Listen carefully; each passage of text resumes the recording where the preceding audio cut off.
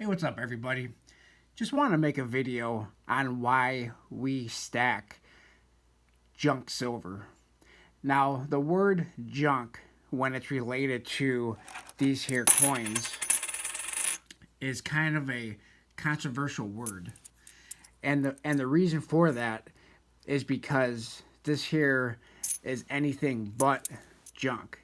This here, the preferred word to use for these here coins is constitutional silver.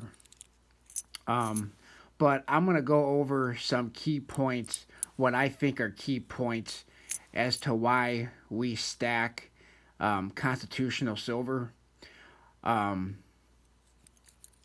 and why it might be a good idea to stack constitutional silver.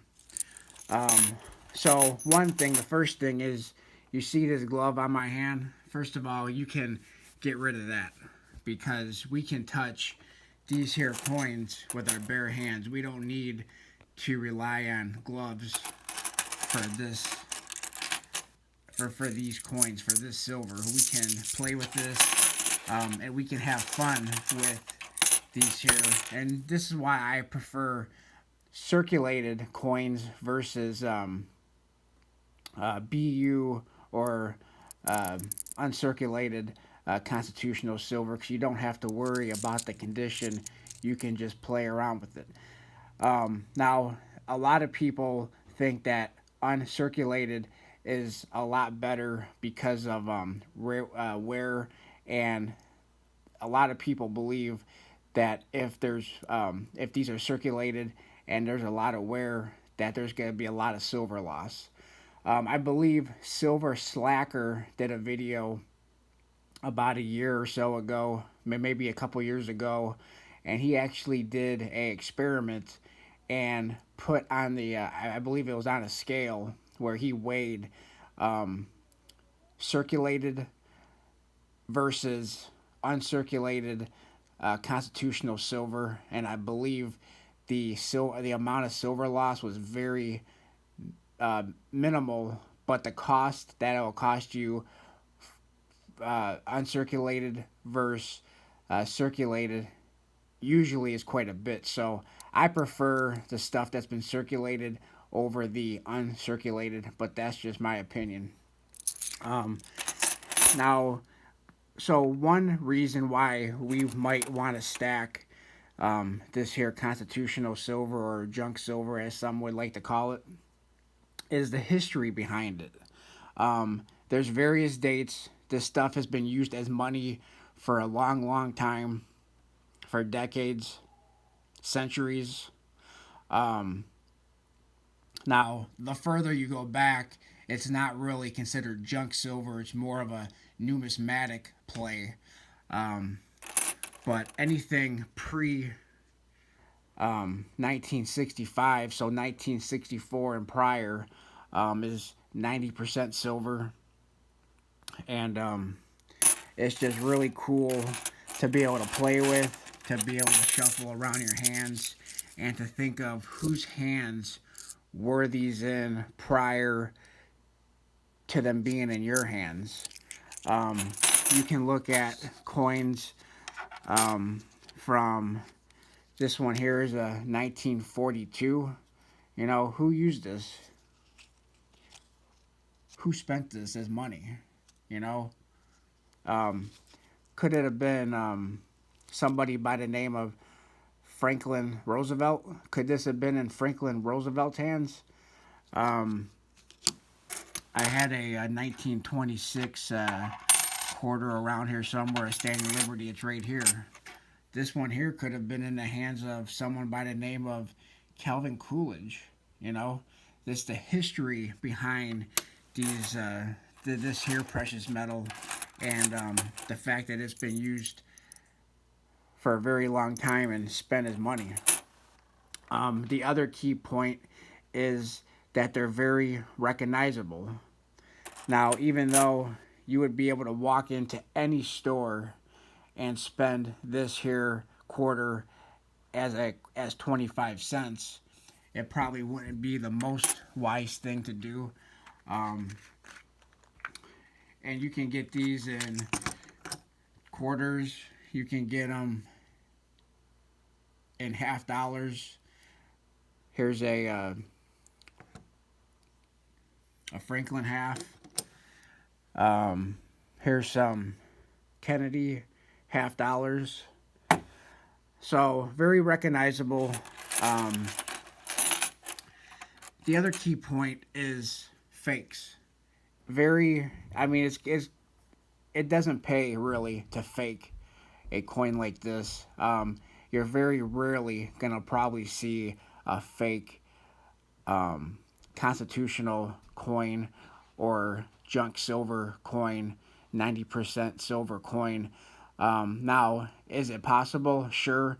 The more of a rare date that you find is more of a possibility. If it's more of a numismatic, if it's more considered numismatic versus junk silver, then you're gonna run into the possibilities um, of it possibly being counterfeited.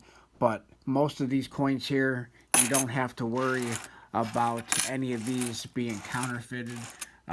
The likelihood of finding a fake 1964 Kennedy $half is probably very low, as well as any of these here coins.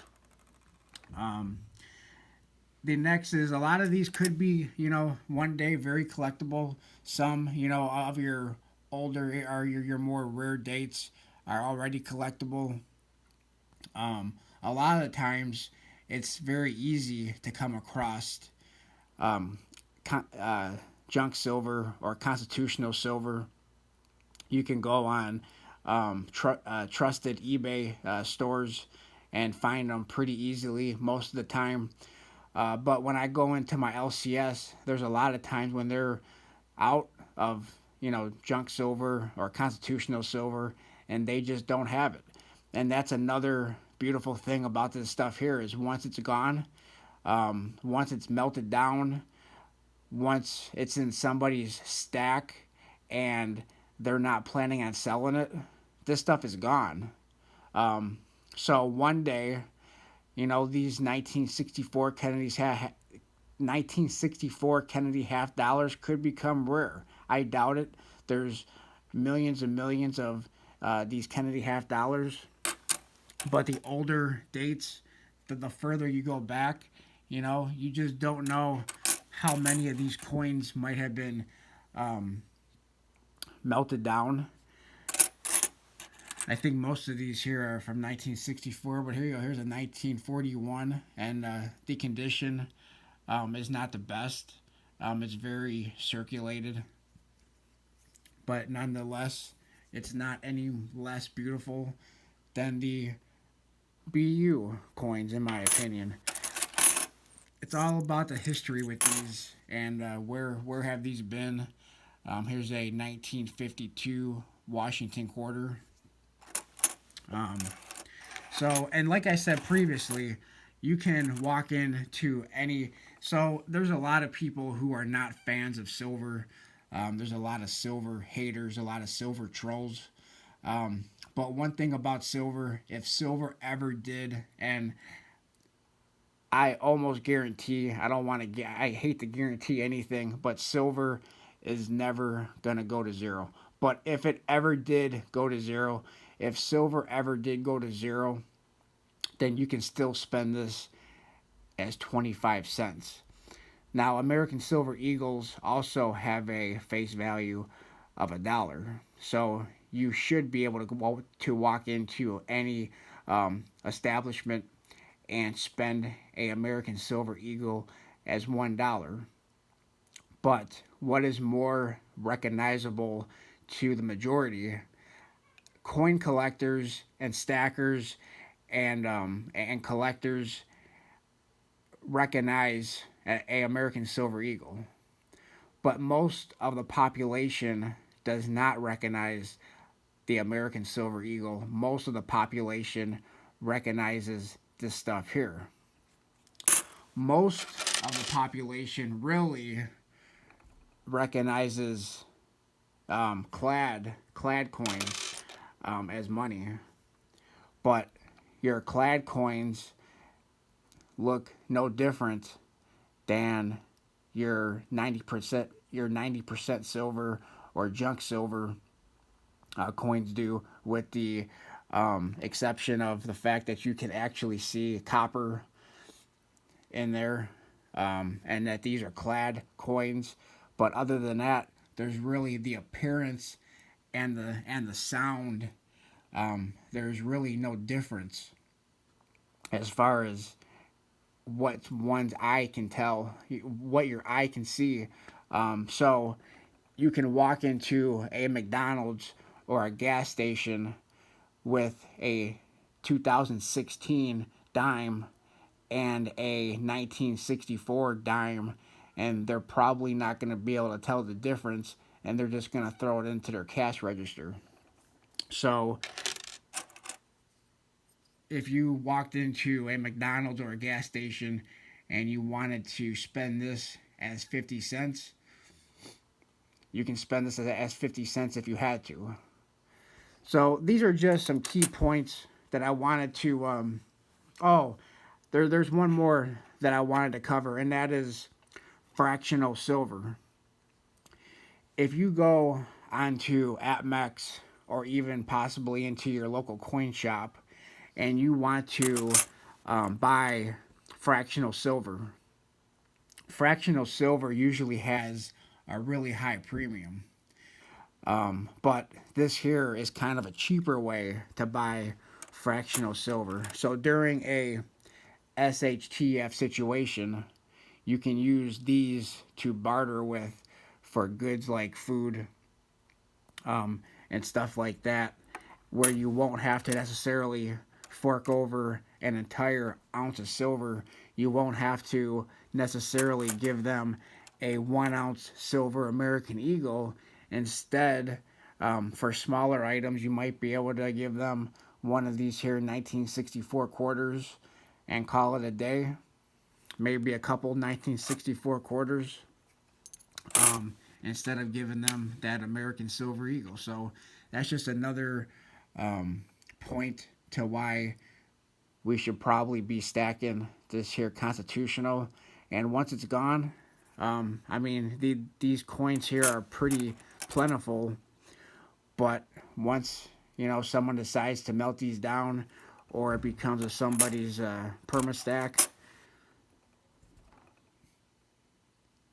these aren't being made anymore. So thanks a lot everybody for watching, and let me know what you guys think about constitutional silver, and please like, comment, subscribe, and I'll talk to everybody on my next video. Thanks a lot, everyone.